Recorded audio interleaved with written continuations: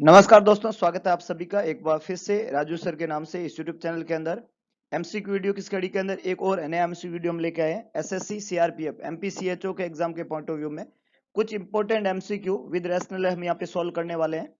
तो आप लोगों से गुजारिश, फटाफट से लिंक को शेयर कर दीजिए, चैनल को लाइक कर दीजिए, वीडियो को लाइक कर दीजिए और चैनल को सब्सक्राइब कर दीजिए अभी तक आपने सब्सक्राइब नहीं किया तो। और मैक्सिमम फ्यूचर नर्सिंग ऑफिसर्स को कनेक्ट कर दीजिए ताकि एक बेहतरीन क्लास की यहाँ पे हम शुरुआत कर सकें। आप लोगों से गुजारिश, फटाफट से लिंक को शेयर कर दीजिए और आप लोग जो है लगातार अपने आंसर्स पुट करते रहिए और अपने आप को थोड़ा इंप्रूव होता देखिए कि आप कितने आंसर जो है करेक्ट कर पाते हैं। तो शुरुआत करते हैं एक बेहतरीन क्लास की। आपके सामने पहला क्वेश्चन ये रहा, anaphylactic shock is treated with which of the following drug. यहाँ पे क्वेश्चन ने क्या पूछा है, एनाफाइलेटिक शॉक जो है कौन सी दवाई से ट्रीट करते हैं। एनाफाइलेटिक शॉक, शॉक के चार टाइप होते हैं मेनली, एनाफाइलेटिक, हाइपोवोल्यूमिक, कार्डियोजेनिक और न्यूरोजेनिक। एनाफाइलेटिक शॉक जो होता है वो ज्यादातर एक्यूट किसी अननोन किसी ईटन की वजह से, मान लो कोई आपने बी स्टिंग हो गया या स्कॉर्पियन बाइट हो गया है ना, उस वजह से ज्यादातर एनाफाइलेटिक शॉक होते हैं। ये एक तरह की हाइपर सेंसिटिविटी रिएक्शन है। उसको ट्रीट करने के लिए क्वेश्चन ने पूछा है कौन सी ड्रग काम में ली जाती है। तो जब भी शॉक की कंडीशन होती है, हाइपोटेंशन के साथ में वहां पे ब्रेडिकार्डिया होता है। शॉक वाली कंडीशन में हाइपोटेंशन के साथ में क्या होता है, ब्रेडिकार्डिया। ब्रेडिकार्डिया, ब्रेडिकार्डिया का मतलब होता है सॉरी टेकिकार्डिया। हाइपोटेंशन के साथ में होता है टेकिकार्डिया, है ना। जब भी शॉक वाली कंडीशन होती है, हाइपोटेंशन के साथ में क्या होगा, टेकिकार्डिया। और टेकिकार्डिया का मतलब होता है हार्ट रेट का फास्ट होना। हाइपोटेंशन के साथ में यहाँ पे रहेगा टेकिकार्डिया शॉक वाली कंडीशन के अंदर। अब यहाँ पे चार ऑप्शन आपको दिए हुए हैं। पहला है एड्रीनलिन, दूसरा है प्रोप्रानोलोल, तीसरा है डिजॉक्सिन, चौथा है एनालाप्रिल। हालांकि प्रोप्रानोलोल जो है हार्ट रेट को कम करने के लिए काम में ली जाती है, बीटा ब्लॉकर दवाई है।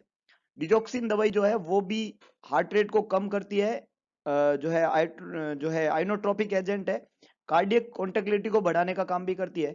और एनालाप्रिल जो है वो जो कैल्शियम चैनल ब्लॉकर्स जो रहते हैं, सॉरी एस इनिबिटर्स जो रहते हैं, उस कैटेगरी की दवाई है। एंटी हाइपरटेंसिव ड्रग, एक एस इनिबिटर हो गई, एक आइनोट्रोप्स एजेंट होगी, आइनोट्रोप्स, और एक दवाई जो है वो हो गई अपनी बीटा ब्लॉकर्स, बीटा ब्लॉकर। तो ये दवाई ज्यादातर हाइपरटेंशन के इलाज में काम में ली जाती है या हार्ट फेलियर में काम में लेते हैं। डिजॉक्सिन जो है वो हार्ट फेलियर में काम में ली जाती है, एनालाप्रिल और प्रोप्रानोल जो है हाइपरटेंशन में काम में लेते हैं। ये तीन दवाई एनाफाइलेटिक शॉक का ड्रग नहीं है। और यहाँ पे ऑलरेडी हाइपोटेंशन है, तो हाइपरटेंशन है नहीं, तो इन दवाइयों को काम में हम नहीं लेते हैं। तो करेक्ट आंसर आपका रहेगा ए, दैट इज एड्रीनलिन। बिल्कुल सही, मैक्सिमम पीपल ने बिल्कुल सही आंसर दिया है। A drug of choice, adrenaline is the drug of choice in the case of anaphylactic shock. बहुत ही बढ़िया, बहुत शानदार। क्वेश्चन है continuous bubbling in water seal chest drainage is considered as. Water seal chest drainage system में continuous bubbling जो है वो किसको इंडिकेट करता है। Continuous bubbling in water seal chest drainage is, option दिए हुए normal finding, surgical emphysema, air leakage इन system और चेस्ट ड्रेनेज आउट। तो देखिएगा जो अपनी प्लूरल स्पेस होती है, जो लंग होती है, इसके विसरल और पैराइटल प्लूरा होता है। उस विसरल और पैराइटल प्लूरा में कोई फ्लूइड, कोई ब्लड या एयर भर जाए तो वहां पे एक चेस्ट ट्यूब लगाई जाती है और उसके नीचे एक water seal close drainage system के अंदर, फ्लूइड फील्ड ड्रेनेज सिस्टम में लगाया जाता है। अब क्या होता है, इससे क्या फायदा है कि जो लंग्स के अंदर जो हवा, जो एयर, वो जो भरा हुआ है, उसको वहां से ड्रेन करने के पर्पज से है, एक नेगेटिव प्रेशर क्रिएट करके ये सिस्टम लगाया जाता है। नॉर्मल क्या होता है कि जब ये लगाया जाता है तो एक इंटरमीडिएट फ्लक्चुएशन वहां पे प्रेजेंट होता है और इंस्पिरेशन के साथ में कोलम मूवमेंट प्रेजेंट होता है। वहां पे फ्लूइड जो है वो मूव करता है ब्रेथ के साथ में, मरीज कॉफ करता है तो ये मूवमेंट प्रेजेंट होता है। इसका मतलब ये सिस्टम सही काम कर रहा है। अगर इसमें कंटिन्यूअस बबलिंग होने लग जाए, बहुत बढ़िया, मैक्सिमम पीपल ने करेक्ट आंसर दिया कि अगर कंटिन्यूअस बबलिंग होने लग जाए तो हमारा ये जो नेगेटिव सिस्टम प्रेशर है, ये एयर क्या वहां होने लगी है, लीक होने लगी है। तो सिस्टम यहाँ पे लीकेज को इंडिकेट करता है अगर वहां पे कंटिन्यूअस बबलिंग है। कंटिन्यूअस बबलिंग नॉर्मल फाइंडिंग नहीं है, सर्जिकल एम्पाइसीमा इसको नहीं कहते हैं। और चेस्ट ड्रेन आउट अगर हो जाती तो कोई भी मूवमेंट प्रेजेंट नहीं होता। तो यहाँ पे आउट नहीं है, नॉर्मल नहीं है, सर्जिकल एम्पाइसीमा नहीं है। तो करेक्ट आंसर सी रहेगा कि वहां पे सिस्टम में एयर जो है वो सिस्टम से क्या हो रही है, लीक हो रही है। तो सी बिल्कुल करेक्ट आंसर है। मैक्सिमम लोगों ने बिल्कुल सही जवाब दिया। Water seal chest drainage system negative pressure पे काम करती है और पस, एयर और जो ब्लड है उसको ड्रेन करने का काम करते हैं। नेक्स्ट है the nurse is teaching the client is taking cyclosporine after renal transplantation about key medication information the nurse tell the client to be especially alert for cyclosporine एक दवाई ले रही है पेशेंट उस साइक्लोस्पोरिन दवाई जो रीनल ट्रांसप्लांट के बाद में दिया जाता है ये एक इम्यूनोसप्रेसेंट एजेंट है ना ये एक इम्यूनोसप्रेसेंट एजेंट है इम्यून सिस्टम को सप्रेस करने का काम करता है ताकि ग्राफ्ट रिजेक्शन नहीं हो आपने रीनल ट्रांसप्लांट किया है ग्राफ्टिंग किया है रिजेक्शन की संभावना है रिजेक्शन को रोकने के लिए दवाई दी जाती है इस दवाई के बारे में की इंफॉर्मेशन क्या देंगे इस मेडिकेशन बारे में जो स्पेशली मरीज को अलर्ट करेंगे कि इस चीज के लिए तुम अलर्ट रहो पहला दिया हुआ है sign of infection hypotension GI disturbance hair loss की इंफॉर्मेशन अबाउट दिस साइक्लोस्पोरिन बहुत बढ़िया बिल्कुल सही जवाब है ए यहाँ पे करेक्ट आंसर है साइक्लोस्पोरिन एक इम्यूनोसप्रेसेंट ड्रग है और इम्यूनोसप्रेसेंट ड्रग जो होती है वो इम्यूनिटी को कम करेगा इम्यूनिटी जब बॉडी की कम होती है तो मरीज इन्फेक्शन के प्रति प्रोन होता है तो यहाँ पे मरीज रिस्क है इन्फेक्शन की तो इन्फेक्शन के साइन आपको यहाँ पे क्या करने हैं मॉनिटर करने हैं हाइपोटेंशन जीआई डिस्टर्बेंस और हेयर लॉस जो है वो साइक्लोस्पोरिन से संबंधित नहीं रहता है तो करेक्ट आंसर है A we have to specially alert for sign of infection और अगर कहीं भी इन्फेक्शन के चांसेस लग रहे हैं तो हमें इस दवाई के मरीज के इन्फेक्शन के बारे में सोचना पड़ेगा मरीज को जो है मास्क लगा के रखने का बोलते हैं उसको किसी भी खांसी जुकाम बुखार वाले मरीज के से एक्सपोज नहीं होने देते हैं मरीज जो होता है उसको हैंड वॉशिंग एडवाइस की जाती है मरीज को जो है जो भी सब्जी वो खाता है उसको पका के खाए कोई भी जो फ्रेश जो है फ्लावर्स वगैरह होता है वो मरीज के रूम में नहीं रखने होते हैं इन सब बातों का ध्यान रखना होता है डब्ल्यूबीसी काउंट मरीज के बार बार चेक करने होते हैं डब्ल्यूबीसी काउंट यहाँ पे कम होते हैं ल्यूकोपनिया होने की संभावना है इन्फेक्शन के प्रति मरीज प्रोन रहता है तो करेक्ट आंसर यहाँ पे रहेगा ए साइन ऑफ इन्फेक्शन के लिए मरीज को असेस करें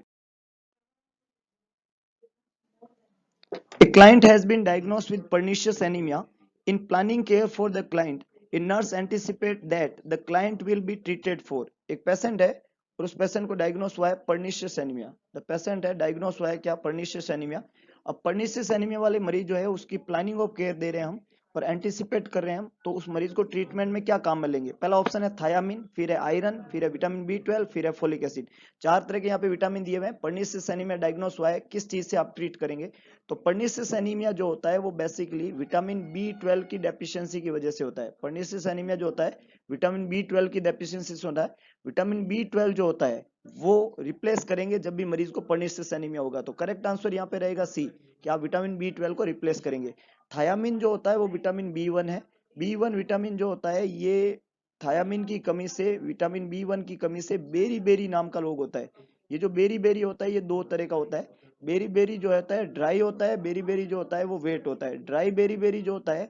उसमें नर्वस सिस्टम के साइन आते हैं वेट बेरी बेरी जो होता है उसमें कार्डियक के साइन आते हैं आयरन जो होता है ये विटामिन नहीं होता है आयरन जो होता है उसकी कमी से बेसिकली आयरन डेफिशिएंसी एनीमिया होता है और फोलिक एसिड जो होता है उसकी डेफिशिएंसी की वजह से विटामिन बी 9 है फोलिक एसिड और उसकी इसके अलावा जो है फोलिक एसिड की डेफिशिएंसी की वजह से न्यूरल ट्यूब डिफेक्ट होता है अगर प्रेग्नेंट लेडी में फोलिक एसिड की डेफिशिएंसी होते हैं तो बच्चे में न्यूरल ट्यूब डिफेक्ट होता है spina bifida occulta and cystica जिसमें न्यूरल ट्यूब जो है उसका फॉर्मेशन सही तरीके से नहीं होता है उसका फ्यूजन नहीं हो पाता है तो यहाँ पे करेक्ट आंसर रहेगा C vitamin B 12 deficiency anaemia pernicious anaemia को बोला जाता है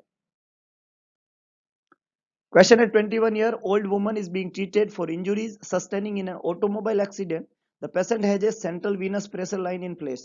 The nurse recognized that the central venous pressure measurement reflects. एक मरीज है 21 ईयर एज है इंजुरी हुई है उसको ऑटोमोबाइल एक्सीडेंट से सीवीपी लाइन आपने वहां पे लगाया है सेंट्रल वीनस प्रेशर लाइन वहां पे लगाई है सीवीपी लाइन रिकॉग्नाइज कर रहे हैं आप सीवीपी जो है वो किसका प्रेशर मेजरमेंट करते हैं सेंट्रल वीनस लाइन जो है वो सेंट्रल वेन में लगती है और वो किसका प्रेशर मेजर करेगा cardiac output pressure in the left ventricle pressure in the right atrium pressure in the pulmonary artery तो देखिएगा जो सेंट्रल वेन होती है वो सुपीरियर और इंफीरियर वेना केवा के थ्रू राइट एट्रियम में खुलती है तो बेसिकली सेंट्रल वीनस प्रेशर जो होता है वो राइट एट्रियम के प्रेशर को मेजरमेंट करता है बिल्कुल बढ़िया मैक्सिमम लोगों ने करेक्ट आंसर दिया है इसका करेक्ट आंसर होता है सी और सी जो आंसर है वो प्रेशर मेजर कर रहा है राइट एट्रियम का राइट एट्रियम जो है वहां पे सेंट्रल वीनस प्रेशर के मेजरमेंट का करना तरीका है तो C is the correct one बहुत ही बढ़िया राइट एट्रियम का प्रेशर मेजर करता है सीवीपी लाइन लगती है सेंट्रल वेन में और सेंट्रल वेन जो होती है हम गले की साइड में लगाते हैं और वो सुपीरियर और इंफीरियर वेना के बाद जहां खुलती है वो राइट एट्रियम होता है, इसलिए आपको सीधा समझना है राइट एट्रियम का प्रेशर मेजर किया जाता है सीवीपी लाइन से। बहुत अच्छे, बहुत बढ़िया। The client has undergone a thyroidectomy, thyroid gland का रिमूव करना थायराइडेक्टमी कहलाता है। थायराइडेक्टमी मरीज की कर दी आपने। The nurse monitor for sign of damage of parathyroid gland, thyroid gland के पीछे की तरफ पाई जाती है पैराथायराइड ग्लैंड, पैराथायराइड के ग्लैंड के डैमेज के साइन को आप मॉनिटर करना चाहते हैं। Which of the following would indicate damage to the parathyroid gland, देखिएगा कंसेप्ट क्या है। आपने थायराइड ग्लैंड को रिमूव किया, थायराइड ग्लैंड के पीछे पाई जाती है पैराथायराइड ग्लैंड। पैराथायराइड ग्लैंड जो होती है वो कैल्शियम का रेगुलेशन करती है, क्या करती है, कैल्शियम का रेगुलेशन।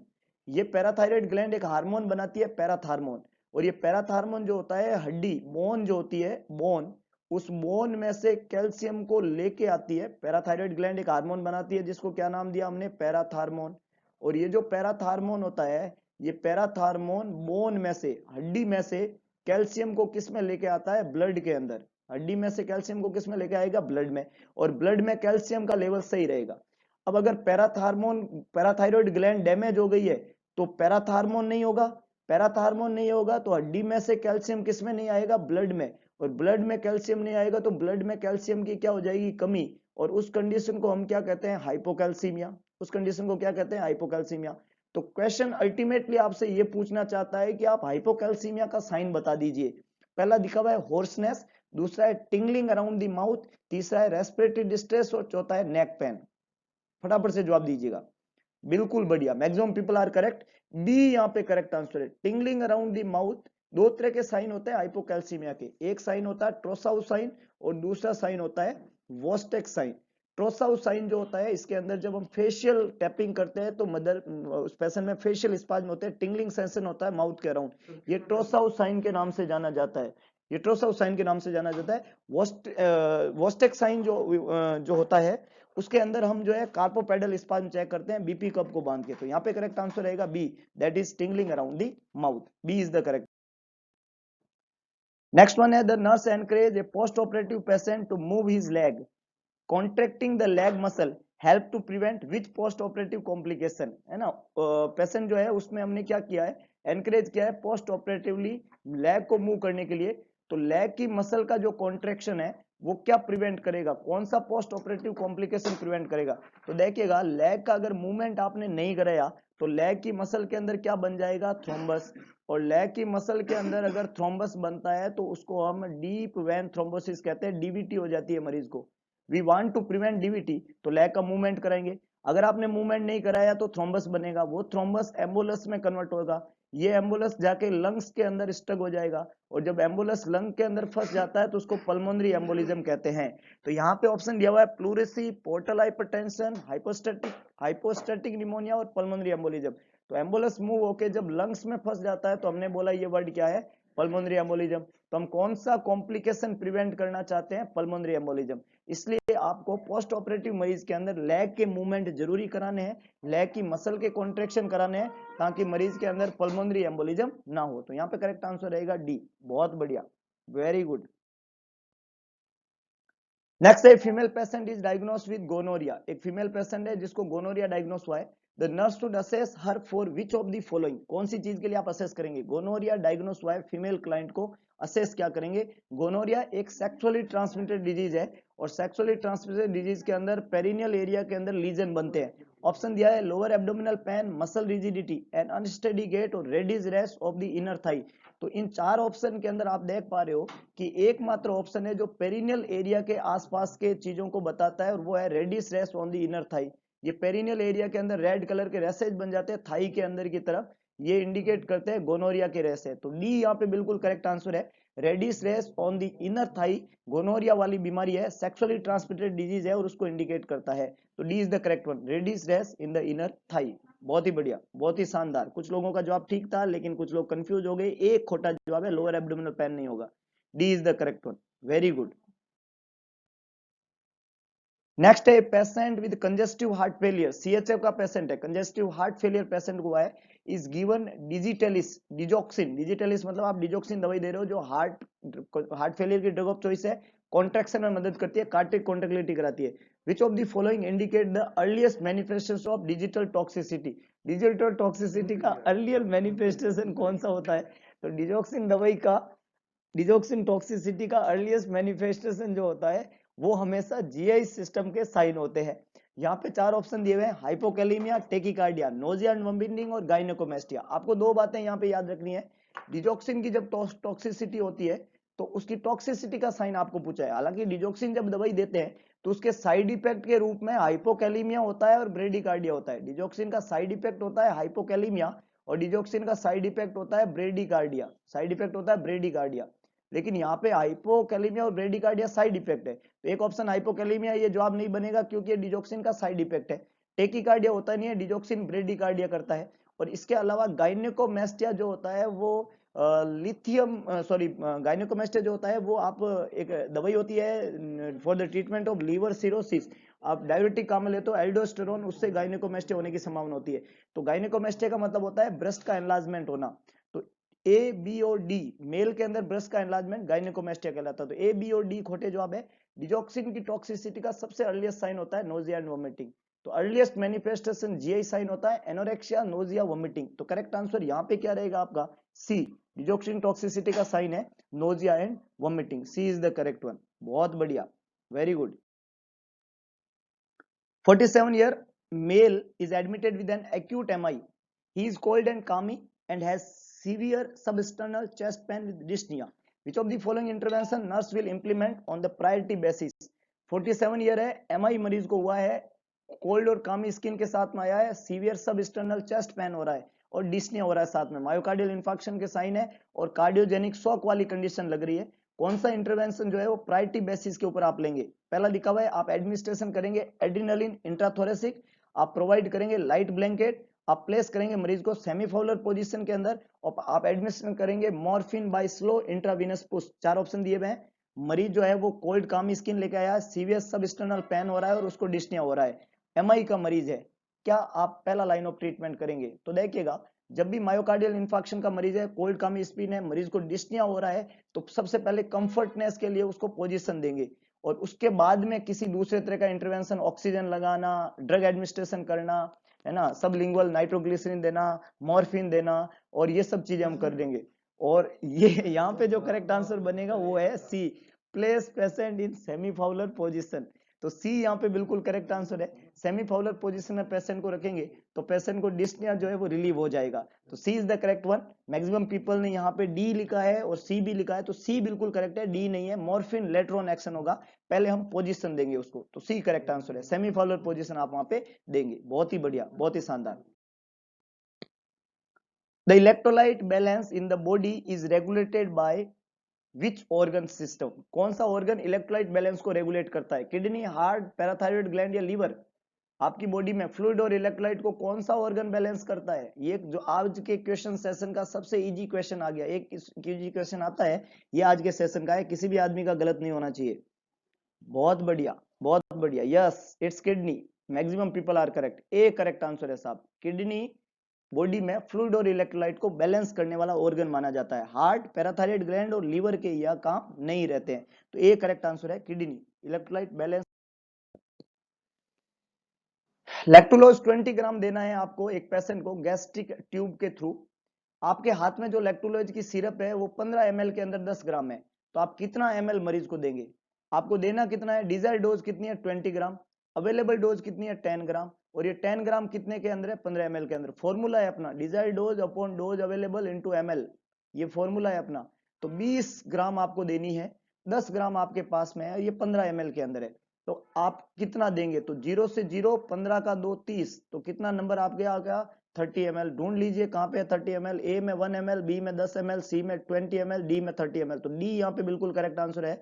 30 ml आप लैक्टोलोज मरीज को दे देंगे क्योंकि आपको 20 ग्राम देना है और आपके पास में 15 ml में 10 ग्राम है, तो डी करेक्ट आंसर है 30 ml। Very good. A patient with pacemaker is ambulating in the room with the assistance of nurse. The patient complained of dizziness and shortness of breath. The initial action by the nurse. मरीज को pacemaker लगा हुआ है, room में एम्बुलेट कर रहे हैं, assistant nurse उसका असिस्ट कर रही है, पेशेंट तुरंत कंप्लेन कर रहा है कि मेरे को चक्कर आ रहे हैं और मेरे को सांस में दिक्कत हो रही है, सबसे इनिशियल एक्शन आपका क्या होना चाहिए? सबसे पहला एक्शन क्या होना चाहिए? आप रीएश्योर करेंगे पेशेंट को that you will stay with him, उसको कहेंगे मैं तुम्हारे साथ हूं, कोई बात नहीं, चक्कर आ रहे तो मैं संभाल लूंगी, सांस में दिक्कत संभाल लूंगी, तुम चिंता मत करो, डरने की कहां जरूरत है, हम है ना साथ में। दूसरा ऑप्शन कह रहा है have him rest in bed immediately, तुरंत उसको बेड के ऊपर ले जाएंगे। सी ऑप्शन कह रहा है monitor is vital sign every over, हर घंटे उसके वाइटल साइन मॉनिटर करेंगे। और do nothing because this is normal after surgery, और कुछ नहीं करना है क्योंकि सर्जरी के बाद में ऐसे चक्कर वक्कर और सांस में दिक्कत तो होती रहती है। चार ऑप्शन यहाँ पे दिए हुए हैं, आपको जवाब देना है कौन सा करेक्ट आंसर है। तो देखिएगा शॉर्टनेस ऑफ ब्रेथ कभी भी नॉर्मल नहीं है, चाहे सर्जरी से पहले हो सर्जरी के बाद में हो, क्योंकि सांस है तो आस है, अगर सांस ही निकल जाएगी तो आदमी क्या करेगा। तो जब भी शॉर्टनेस ऑफ ब्रेथ हो जाए, आप मरीज को एम्बुलेट कर रहे हो, सांस में दिक्कत हो रही है, सबसे पहले उसको बेड में ले जाओ, उसको कंफर्टेबल पोजीशन में रखो, उसके बाद में उसमें ऑक्सीजन एडमिनिस्ट्रेट करो और मॉनिटरिंग करो, और अगर कोई इरेलेवेंट चीजें मिल रही है तो अकॉर्डिंग टू द प्रॉब्लम उसके ड्रग को मैनेज करते हैं। तो पहला सबसे इमीडिएट एक्शन आपका होना चाहिए कि आप उसको रेस्ट देंगे इमीडिएटली बेड के अंदर। तो बी बिल्कुल करेक्ट आंसर है, मैक्सिमम पीपल आर करेक्ट, यहाँ पे बी आंसर रहेगा, बेड रेस्ट उसको देंगे, और बेड रेस्ट के द्वारा इस मरीज का जो है उसके बाद में उसको वाइटल मॉनिटरिंग और बाकी सारे एक्शन यहाँ पे काम में लेंगे। तो ये आज के वीडियो सेशन का सबसे लास्ट क्वेश्चन था। आप लोगों ने बहुत अच्छे से जो है वीडियो को एंजॉय किया। अगर आपको वीडियो पसंद आया तो वीडियो को लाइक करें, वीडियो को शेयर करें, कमेंट बॉक्स में अपना सुझाव जरूर डालें, और इसके अलावा एक काम करें, इस चैनल और इस वीडियो को मैक्सिमम लोगों तक पहुंचाने की कोशिश करें, क्योंकि भगवान कृष्ण ने कहा था कि सारथी बने स्वार्थी ना बने। तो देखते हैं आप कितना सारथी बनते हैं, कितने लोगों का हेल्पिंग हैंड बनते हैं, और कितने लोगों तक इस इंपॉर्टेंट कंटेंट को पहुंचाने में मदद करते हैं। करके देखिएगा, अच्छा लगता है तो मिलते हैं दोबारा नए वीडियो नए एमसीक्यू के साथ में, एक नई एनर्जी के साथ में। तब तक के लिए जय हिंद, जय भारत, जय श्री राम।